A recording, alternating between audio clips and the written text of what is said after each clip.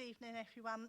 Welcome to this meeting of the Standards Committee, especially to our newer members of the committee. I will now read out the emergency evacuation announcement. Should we be required to evacuate the building, would you please leave the building via the entry doors to the media block and continue straight on the right-hand side of the car park where the assembly point is. Please do not delay your evacuation to collect any belongings. Please do not return to the building until given permission to do so by council staff. Please note that the meeting will be audio recorded. Please switch off any mobiles or turn them to silent. Members, you will see microphones are provided for you on the tables for use during the meeting.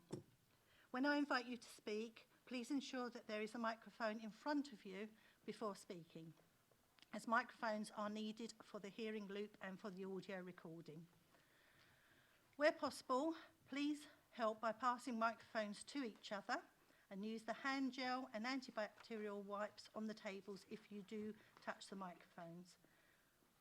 Members, voting will be done on a show of hands in line with the Constitution.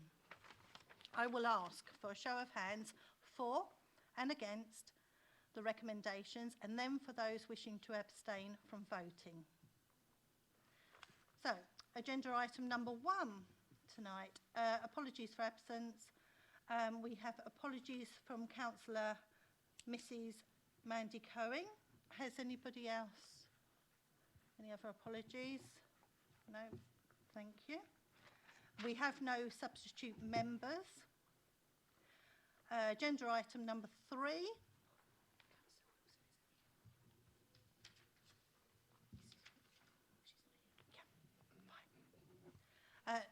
Agenda item number 3, non-members attending. We have no other members attending apart from the committee members, but we do have a guest. We have Mr. Steve Summers, who's the Strategic Director. Agenda item number 4, minutes of the meeting held on the 29th of March 2022. Understandably, this is more for those members who were on the committee last year. Are the minutes agreed, members? Agreed, Chairman. Thank you. Agenda item number 5, are there any declarations of interest? There's none. Of course, if any come up during the course of the evening, please just raise your hand and say so. Agenda item number 6, the new Local Government Association Model Code of Conduct. Members, our Monitoring Officer Angela Law will present this report. Thank you, Chairman. This report is to present to the committee the new Local Government Association Model Code of Conduct with a view to making a recommendation to the Council to adopt and replace the Council's existing code under Part 5 of our Constitution. This new Code of Conduct comes following a report made by the Committee on Standards in Public Life, and it was approved back in May 2021. Various monitoring officers up and down the country have been in contact with LGA clarifying certain parts, and I think at this stage with the other Essex monitoring officers, we are at a stage where we are happy with the final code, the latest version of the code to be adopted. Most of the Essex monitoring officers have either adopted or are in the process of adopting the code, including Brentwood, our strategic partner. I'm not going to read the report verbatim, members, but I'm happy to take any questions you may have. Members, are there any questions? Councillor Mr. Myers. Having read the report and then read the Local Government Ethical Standards report, I say it describes the Code of Conduct as a toothless tiger. Is it possible for the council to bring its own sanctions in? No, that's governed by the Localism Act, so we can't bring our own sanctions in. However, recommendations and sanctions is discussed with the relevant group leaders to see what's the appropriate sanctions to be placed where a councillor has been found to be in breach. But there's no powers for myself or the council to say remove anyone from a committee or indeed suspend them as a member.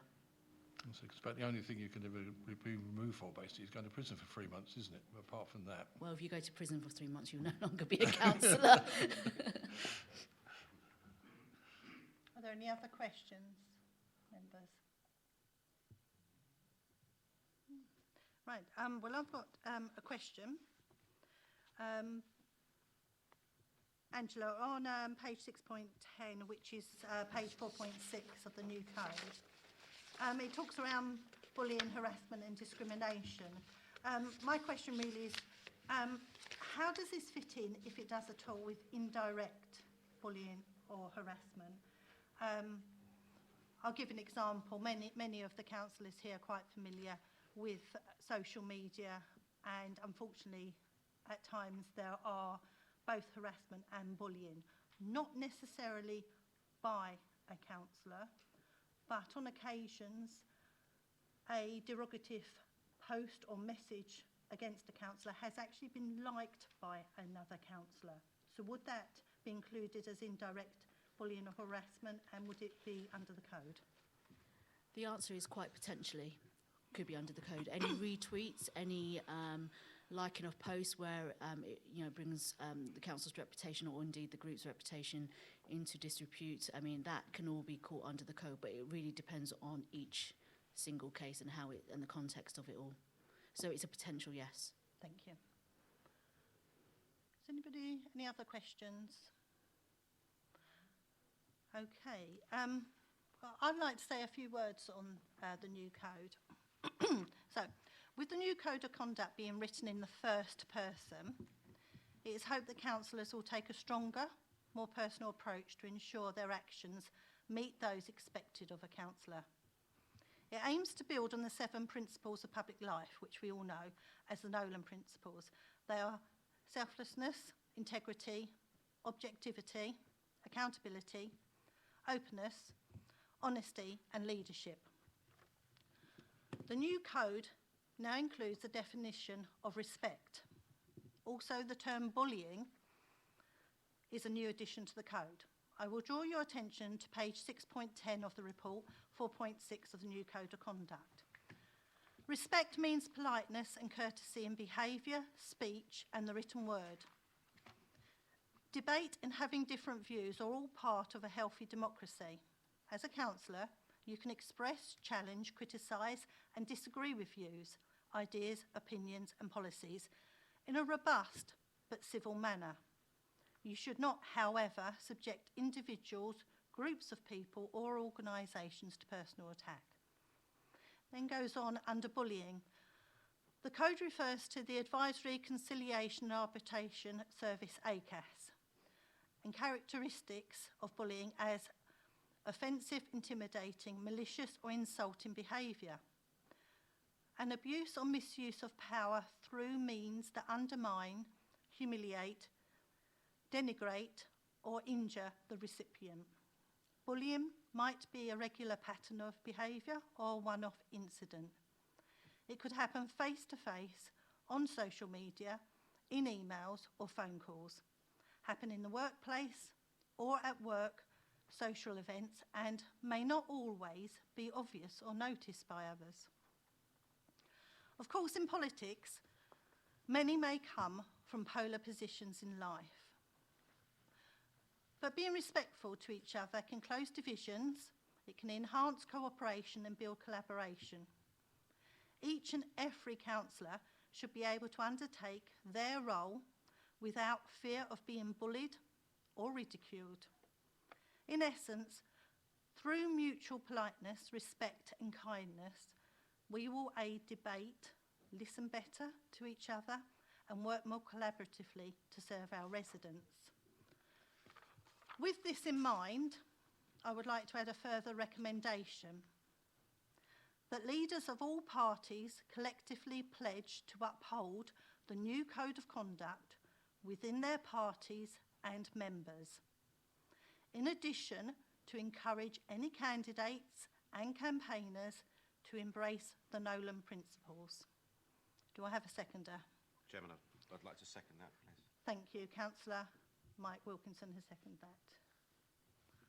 Have a vote? Yep. May we have a vote on that, please, members? If you're in favour, please raise your hand. Oh, sorry. Looking around the room. So to that further recommendation, and I will repeat it again, the leaders of all parties collectively pledge to uphold the new code of conduct within their parties and members, in addition to encourage any candidates and campaigners to embrace the Nolan principles. Those in favour is...